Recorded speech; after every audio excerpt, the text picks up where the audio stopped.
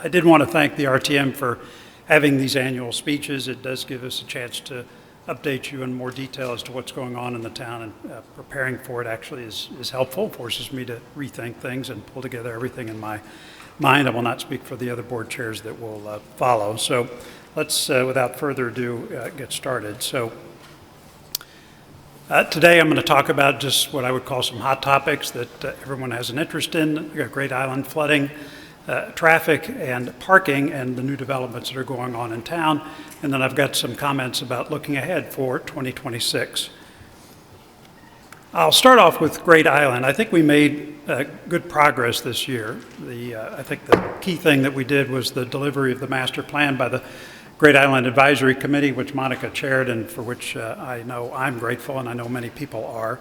That master plan, I think, was a thorough document in several senses. One is that not only was it prepared with the assistance of some very qualified professionals, but it included a lot of input from a lot of people. And I know that at some level that was a long and protracted process, but anytime you have something like this, to gather adequate input and to make sure that it fully reflects the community's interests, I think is extremely important. And that's why, even though we might be slowing down our investments in Great Island, which I'll get to in a minute, the fact is that master plan, we can't forget, reflects the input of many, many, many people here in town, and ultimately I think their will in terms of where they'd like to see Great Island go in the future.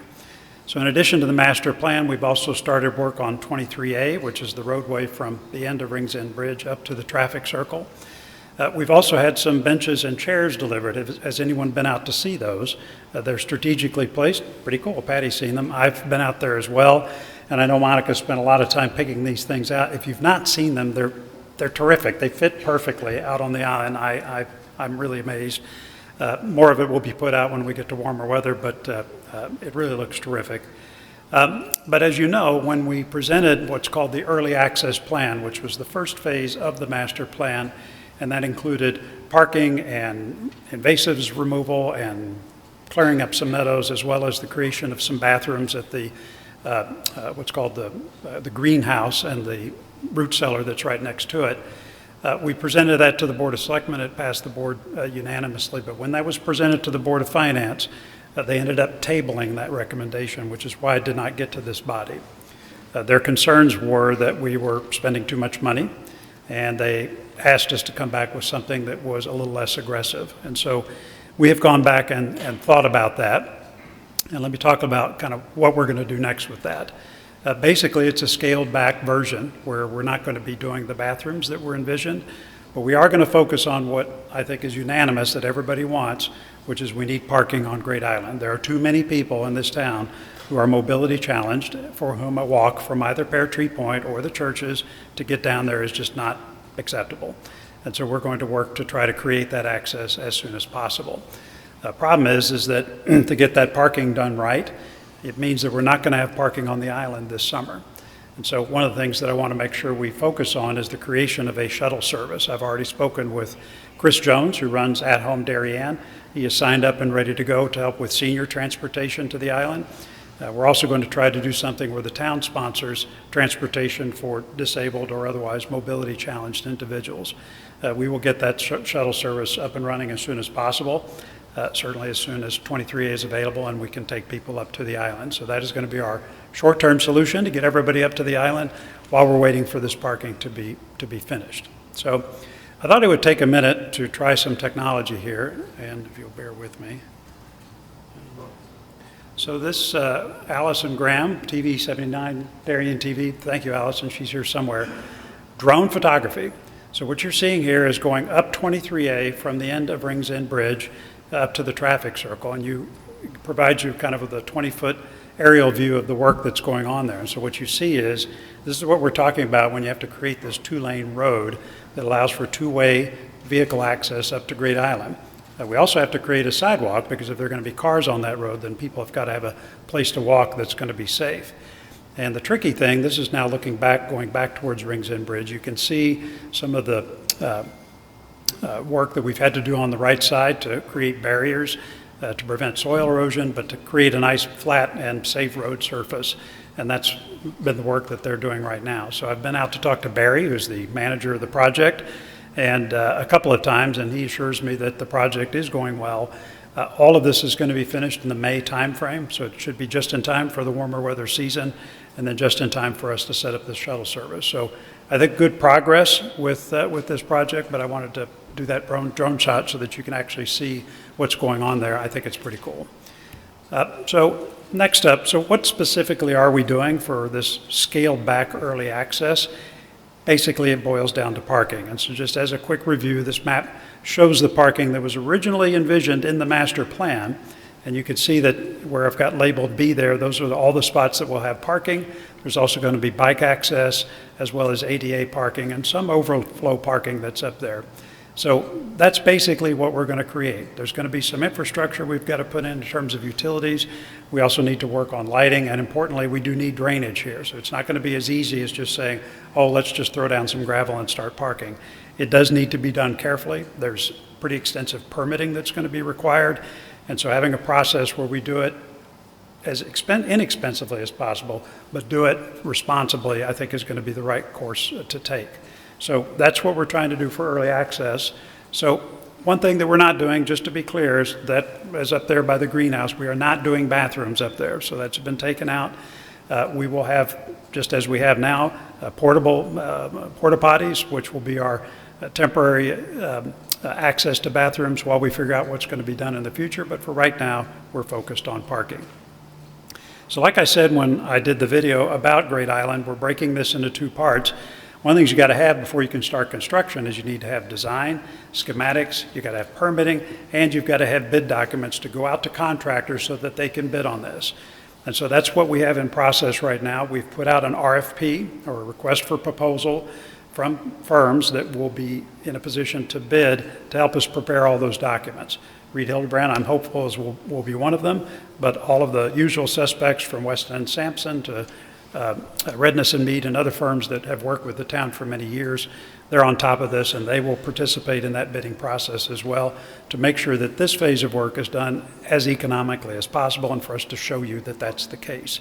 So those RFPs are out right now, and the bid due date for that is going to be January 15th, and we expect the work that is envisioned in that process to be ready to go, call it by midsummer.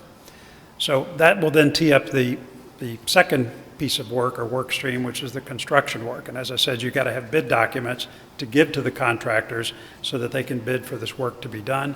We'll post those RFPs sometime in the late summer, and with any luck, we'll start construction that fall. And the idea is that we'll have the parking fully ready to go as early as possible in 2027. But as I said, it won't be ready this summer, which is why we'll have that shuttle service in place. We are going to need a couple of appropriations. One of them is just for the two work streams that I mentioned here, but there's one little piece that we're going to come back to you sooner, probably in January. It's going to be around $33,000, and these are for surveys or survey work that needs to be done in the area that we're considering. We're going to have that in any case, whether we do this now or it's delayed into the future. So if we can get this appropriation for just that small piece of work in place sooner rather than later, that will speed up this process and maybe help us beat that 2027 deadline for parking. It's not something we want to delay. We're going to come back to you as soon as possible with a proposal for that, and I think we're going to talk about it at the Board of Selectmen meeting on the 15th this month, so stay tuned for that.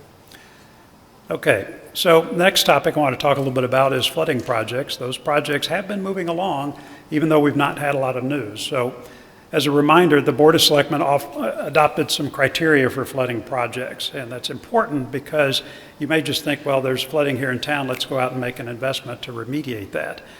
That's actually not the right way to approach it. It's actually important to make sure that for any flooding project, they meet these criteria. First, it can do no harm. You can't have a flooding project that just sends the flooding somewhere else into town. It's got to empty into a major body of water. Second is we can't spend millions of dollars to help 5 homeowners. It's got to help a critical mass of either homeowners or businesses. Third, there has to be real improvement. We can't just spend $1 million and improve flooding by a couple inches of water. And then lastly, we want to do all of our flooding projects to a standard of being able to withstand a 50-year storm event. So with those criteria in mind, we do have 2 projects that are ongoing. One is called the Salt Box Project. That's the one that's furthest along. We started that about 2.5 years ago, and where we are is It's going to benefit about 65 to 70 houses. A little hard to see on this map, but this is the area that starts with sort of Seagate right at the top of Holly Pond there and goes north up into Salt Box, but over to Du Bois and Coach Lamp and other streets. It's about 65 to 70 houses that will benefit from this, either through direct flooding relief or simply making sure that emergency vehicles have access to their homes in the event of a heavy rain. So it's definitely meets that criteria. The focus is there's a lot of crazy ways that this was built in the 1950s. You look at that and you say, what were they thinking? But it was what they were thinking, and we're going to have to replace a lot of this infrastructure that's underground. The design work for this is about 75% complete, and we have just submitted this for approval to both DEEP, and EPC here in town is going to pick this up pretty quickly. In terms of next steps, we're going to have to get appraisals for the easements that we'll need to do this work, since a lot of the work is going to be on private property, final construction documents, and fortunately the cost estimate that we had, which is about $6.5 million net of a $500,000 state grant that we got, still looks to be reasonable at this point, so that's good news. This project should start construction sometime in the fall of 2027.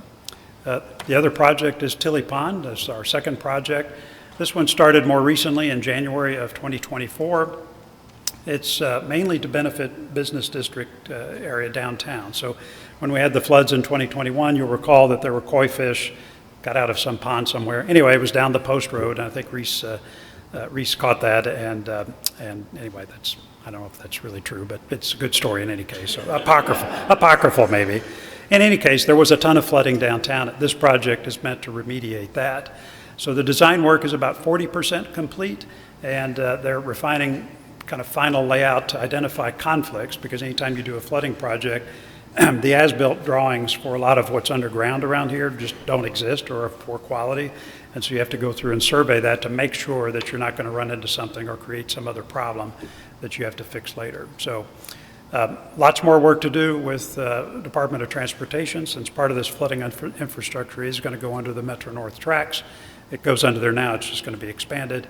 EPC permits, appropriation, it looks still like it's going to be about $3.5 million, and we're hoping to start that one a year later in the fall of 2028. So you folks that are worried about flooding, either for businesses or for the houses that are in that particular area, not to worry, we are working on it, and those projects are making good progress. Okay, so next up is traffic. I get a lot of calls about traffic. This is not a scene for traffic here where we are, but this could be a scene in our future. I looked up the worst traffic jam that I could find. This is a 26-lane highway, and I don't know if those people are still parked there or not. There is a perception that traffic is getting worse around here. There's a worry that new developments here in town are adding to the traffic. That's a point that's made. And there's a lot of further worry that this new state housing bill that Mr. Olvani will talk about shortly is going to make matters even worse. And so the question is any of that true, and what could we do to try to figure that out? So I've talked a few times about this Placer.ai, and that's a service that we subscribed to earlier this year, and what they basically have is anonymized, aggregated cell phone location data. And they've been able to create some algorithms that allow you to use that data to understand traffic, understand people flow, and where people are going. They did a demonstration project to us when they were selling us on it at Cherry Lawn Park, and we had a lot of data to show how many people were at the park, where they came from before they went to the park, where they were after they went to the park. It's really quite interesting.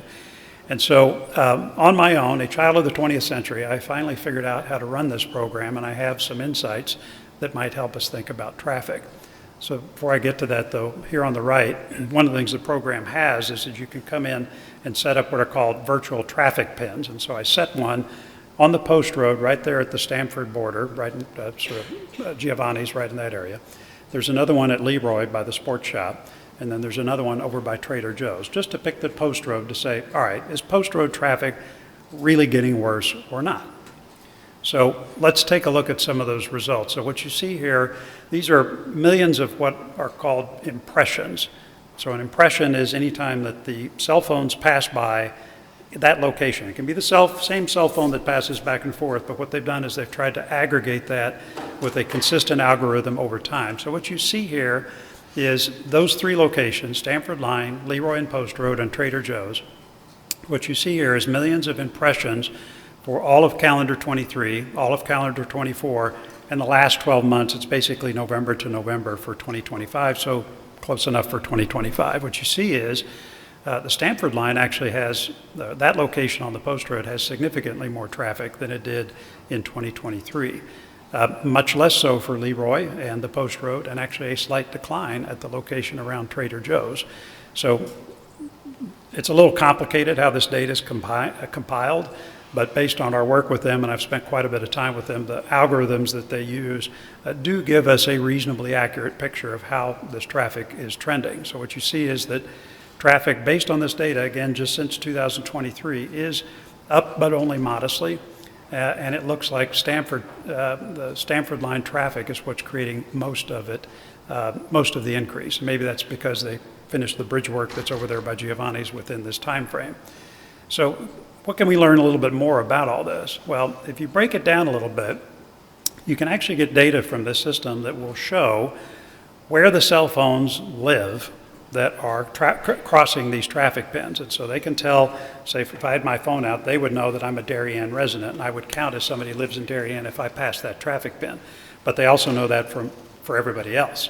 So in this case, what you see based on the analysis, and this shows the change in impressions from that same time period, 2023 through 2025, broken out by town. So what I did was I picked the top four. It's Darien, Stamford, Norwalk, and interestingly, New York City. And what you see is actually about 54% of the increase, and this is the sum over across all three traffic pins. So I've added them all up. Shows the changes over that time period. More than half of the increase is actually coming from cell phones based in Stamford. And if you add the, quote, all other, it's nearly 80%, about 77%. So what this shows you is that when we talk about traffic, yes, traffic is getting modestly heavier, but it looks like most of the traffic is not coming from Darien residents. It's actually coming from Stamford. And if you think about that in terms of the housing that they're building, those guys have added about 4,500 units of housing just in the last 5 years. In fact, they've added more than 15,000 housing units in Stamford in the last 15 years. And with that new plan that they just passed, has anybody been reading about that? Pretty controversial. They're going to add a lot more housing density. And so when we talk about impact on traffic, part of the problem here is that a lot of our traffic is being driven by Stamford and potentially in the future Norwalk traffic as all those developments come online and those people are going between those two towns. So think about that in terms of going forward. I'm going to be doing some more analysis on that, and as I come up with more interesting insights from this that might help us think about traffic or congestion management in town, I will let you know. I mean, just pause for a moment. A child of the 20th century did all that. I'm kind of impressed, but it's amazing. I did ask Dr. Byrne, I said, can we get a high school kid to come help the disabled here? And I didn't get any help, I guess. Scared them away. Okay. In terms of traffic prospects, I'm not going to lie to you. This is a real problem. The Greenwich-Westport corridor, that I-95 corridor, for 2024 was rated as the worst traffic corridor anywhere in the 50 states in the United States. Without major changes, the peak travel times through downtown Stamford across that area are expected to increase by 9 minutes each way. And if you've had to drive any of that traffic lately, it's pretty bad. I was up at Mohegan Sun for a conference the other day, and I came back in the morning. I think I left at 7 o'clock. I got from Mohegan Sun to Bridgeport in about 32 minutes, and from Bridgeport to exit 11 in an hour and 45 minutes. It is absolutely appalling, and it's getting worse and worse. And this move to make housing more dense, and we're going to solve our housing problem by densifying housing here in Fairfield County. I'm not saying that that's bad, but I'm telling you right now it's going to make matters worse. My view is that I get the need for affordable housing. It's important, but this whole densification effort is going to bring traffic that the likes of which we've just not seen, and it's going to reduce the quality of life for everybody.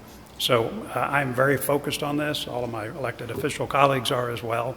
And we will do what we can to raise the attention for that. So when people ask you what your issue is with housing, I think a fair-minded person would say every town needs to contribute to that in some way, and I do believe that.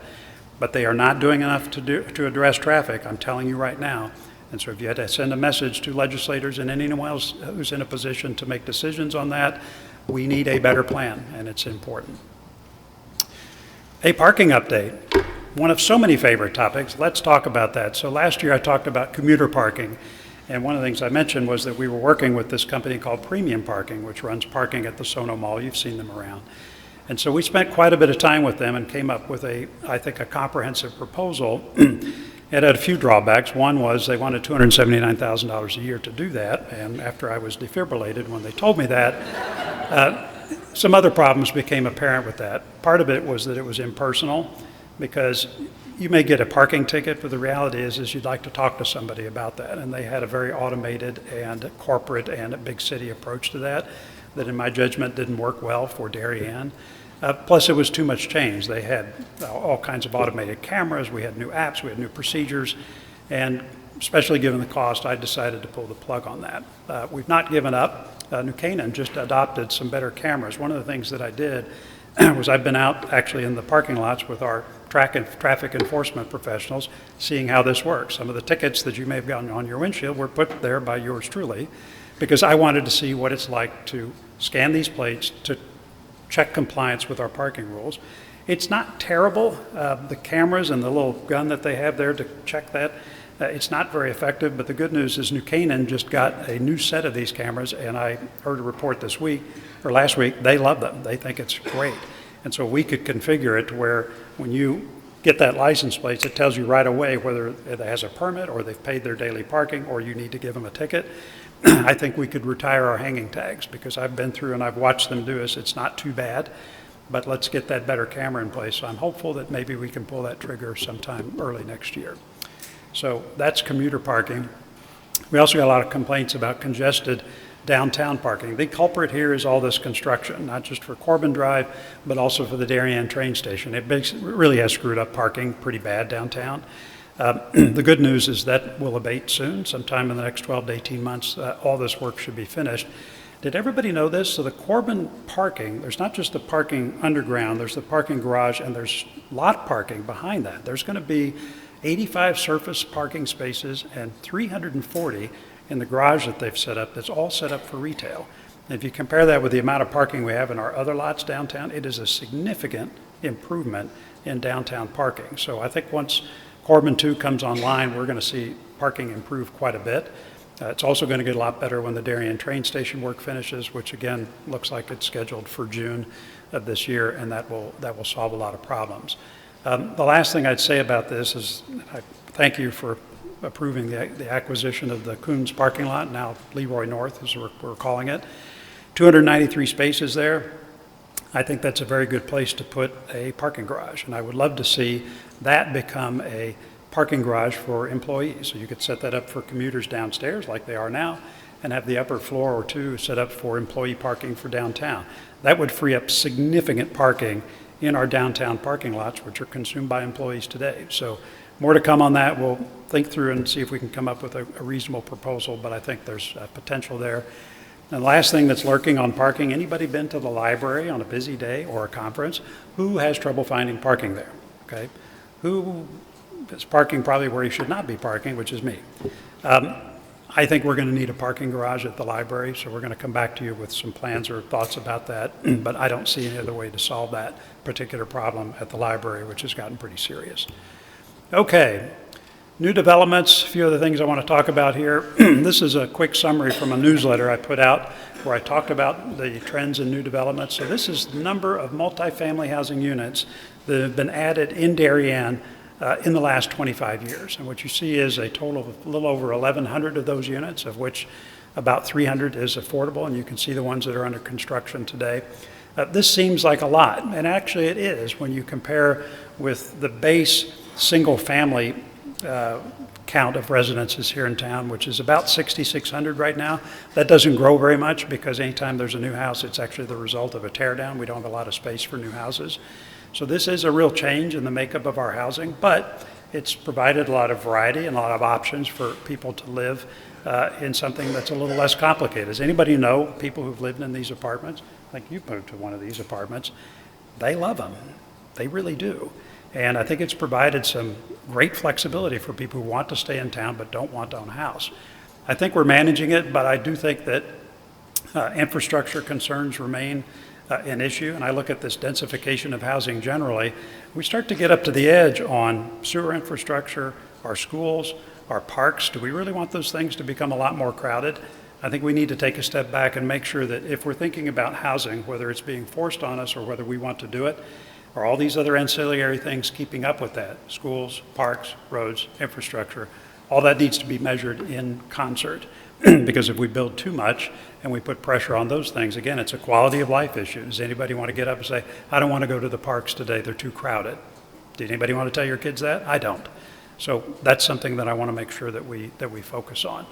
I'll let Mr. Olvani comment on this, but once you get through Thorndale Circle, which is the last big development that's in progress right now, I don't see a lot of other places where we're going to get mega developments here in town. By mega, I mean 150 plus multifamily units. A lot of those places have been kind of built out right now. So let's see. But I'm hopeful that once we get through this digestion, that there's not a whole lot on the near term that might create significant additional housing in Darien, but let's see.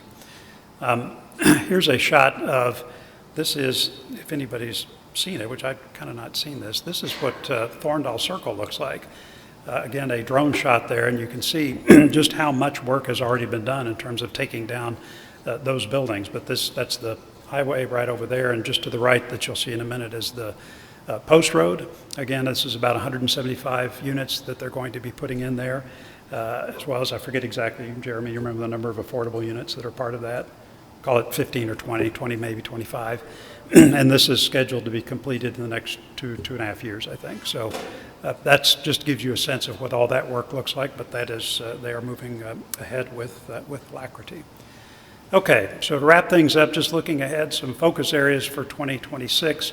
This new housing bill, Mr. Olvani is going to talk about that in detail. I won't steal his thunder, other than to say that the passage of this housing bill does change things. Elections matter. The folks who passed this have significant majorities in Hartford, and this is what they wanted, and they've got it. And it's going to change things for us in Darien. The good news, though, is that there's a lot that we can do to prepare for this. He's going to go through some zoning changes. There's actually a meeting, is it Westcog next week? It's where planning professionals from our Council of Government are going to get together. There are some very specific things we can do with our zoning regulations that will help us manage and mitigate this. They've got to be in place by July 1st. And the COG is already on the ball. And so I think in general, with all of this planning, we're going to keep you as informed as possible. We're going to cooperate where we can in a way that works for Darien, but in any case, we're on it, and we will try to manage it as best as we can. Pedestrian infrastructure, we're ready to go with the Pedestrian Infrastructure Advisory Committee version 2. This will be a continuation of the committee that was chartered 10 years ago to think about pedestrian infrastructure. So my next step is I'll take it to the Board of Selectmen on the 15th to get it officially approved, have a charter in place, and get organized so we can put that committee in place for early 2026. Pretty important. A lot of people call about sidewalk infrastructure, and having a committee in place to do real work to help advance that, I think, is a great idea. I'm going to be producing a video about how I think this should work based on a lot of conversations I've had, as well as a professional consultant that we've hired that would work with this committee and help them shape their recommendations for sidewalks. In terms of a budget, haven't thought about that yet. Are we going to spend $10 million on sidewalks? No, we are not. Are we going to spend more? That's entirely likely. But the main thing is to have the work of this committee come up with some thoughtful recommendations that the Board of Selectmen and then the RTM, can vote to approve to accelerate the pace of pedestrian infrastructure. It's really something that a lot of people want. And I think if we do a good job to roll out some suggestions that are financially responsible, I think we'll make some good progress on that. My only caveat is, keep in mind there's a discrete number of companies that actually do this, and so even if we had unlimited funding, there's only so fast that you can actually put sidewalks in simply because, well, you've got weather and you've got limited providers of this type of contracting work. Last thing is, I've mentioned to rules last month that I would like to embark on some updates to our town charter and to our ordinances. The key theme of all that is efficiency. We've got a lot of people who volunteer in town government, but some of our committee structures and the way we do business on really many things hasn't been updated in decades. And I think now's the time to try to take all of 2026 to think through all of that. I'll give a more detailed presentation about what I'm thinking about, but the main thing to point out is that this is an RTM responsibility. The Board of Selectmen does not make charter changes, you guys do. And so what we're going to do is try to orchestrate a process for gathering feedback, to provide that to much of you so that you can evaluate it and come to a vote as to the recommendations that make the most sense. 2026 is going to be a very busy year for the RTM. I will keep you as busy as I can and as much as you can stand. But I think this will be a very interesting process, hopefully not controversial, but something that is aligned with that idea of efficiency and this thought, which is if we can make it work better for all our volunteers, they're going to want to be involved in government more. And so let's try to do that. I think it'll actually benefit everybody in this room if we can manage.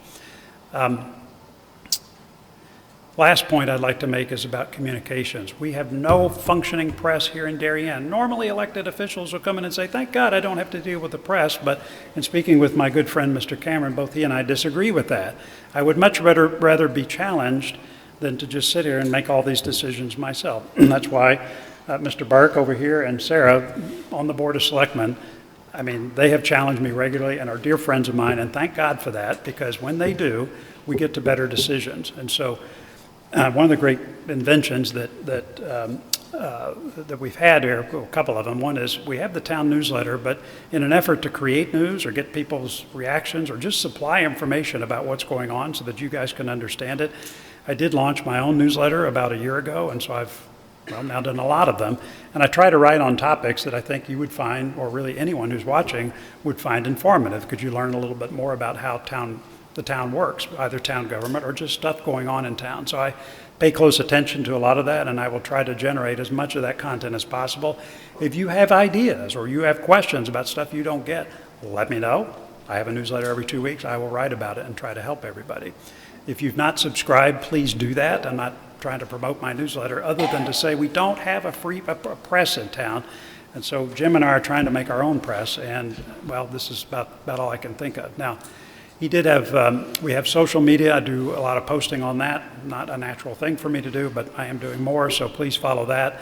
And then finally, Darien TV. Jim had the great idea of this Ask the First Selectman series that we do. So every once in a while, he'll call up with half a dozen or a dozen questions from people all over town. He'll tell me the topics, but I don't get to know the questions. He films it live, and then he produces it, and I don't get to edit that. So pop quiz, I love that. Anytime you've got a question or an issue or complaints, I don't care what it is, please call me. We do want to be responsive to that, and I think we will provide as much content or answer as many questions as you guys can pose. So please do that, and until we actually have a functioning press in town, we'll do our best to be as open and as honest as possible. I will take any questions, anytime, in any forum. Okay. People ask me if I'm still enjoying the job. I think I am, but I was reminded of this cartoon. Maybe I'm just a little naive about just, how much this is, but who misses the Far Side cartoons? I certainly do. So anyway, Gary Larson. I heard he disappeared on some mountain up in Denver and shut off contact with the world, but a great talent. Anyway, I guess finally, a couple of thanks I want to do. I know Robin's going to do this, but I did want to thank Jill McCammon, the immediate past chairman of the Board of Education. She was a good friend and did an amazing job, but congratulations to our new leaders, Robin Nelson, who's the board chair, Dr. Ekberg, our new superintendent, as well as Bill Vredenberg and John Dunn, the new members of the Board of Education. I know from afar, frankly afar, how difficult that job is, and I appreciate all that they are about to do. Thank you also to the town hall staff led by Jen Charneski, who's our town administrator. I will again put the town hall staff, and I mean everybody here in town hall, police, fire, EMS, everybody against any town here in Connecticut. I am regularly amazed and gratified by what they do. And finally, thanks to all of you who serve. You're all volunteers. You could be at home doing something different than watching me or my other colleagues talk tonight, and you guys are the ones who make this town work. I'll close with a quick story. So everybody knows Santa Claus, Joe Warren. So Joe Warren was out Sunday before last at the lighting of the tree at the Darien Sports Shop, like he has for many, many, many years. And it was terrific because even in the rain, he was there under a little tent that the Parks and Rec team had set up to greet those children. And by God, they were all lined up waiting to pass along their wishes. Did you know that 4 days before that, his wife passed away? Patty passed away suddenly and without suffering, but it was very sad. But Joe Warren was still there on Sunday greeting those kids. So this past Friday was the funeral service for Pat over at St. Luke's. I went there, and a ton of other people went there. An amazing outpouring, terrific eulogy by Reverend Ryan Fleener, and really just a very nice service. And afterwards, there was a reception over at the Norton Fire Department, and I went over there as well. What do you say to Joe Warren? I'm really sorry about this. It's really something. I went up to him, and guess what? I didn't say a thing. He immediately saw me, came over, and he says, well, thank you for coming. And he says, you know, she didn't suffer, but you know what? Look at me. I am the most blessed man I know. Look at everybody who came out for me. Look at my friends and family. Look at all these people that I've known for 50, 60, 70 years. This is my family. I've got nothing to regret. It was amazing to hear somebody say that. And what it taught me and what it reminded me is that everybody in this room has got something that's giving them a hard time. That certainly I have that myself. But you know, when you can take a step back and do like Joe did and say, take a moment and be thankful for what you do have. Think about the things that have gone well in your life. Think about the things that are so great. I promise you it'll change your mindset. And when Joe Warren told me that, you know what, it kind of reset my own mind. And I felt a lot better after having talked to him. After having talked to somebody who just lost his wife, I felt better. And you know, that's the right mindset to offer. I thank you for your indulgence. I wish you Merry Christmas, Happy Hanukkah, Happy New Year. God bless.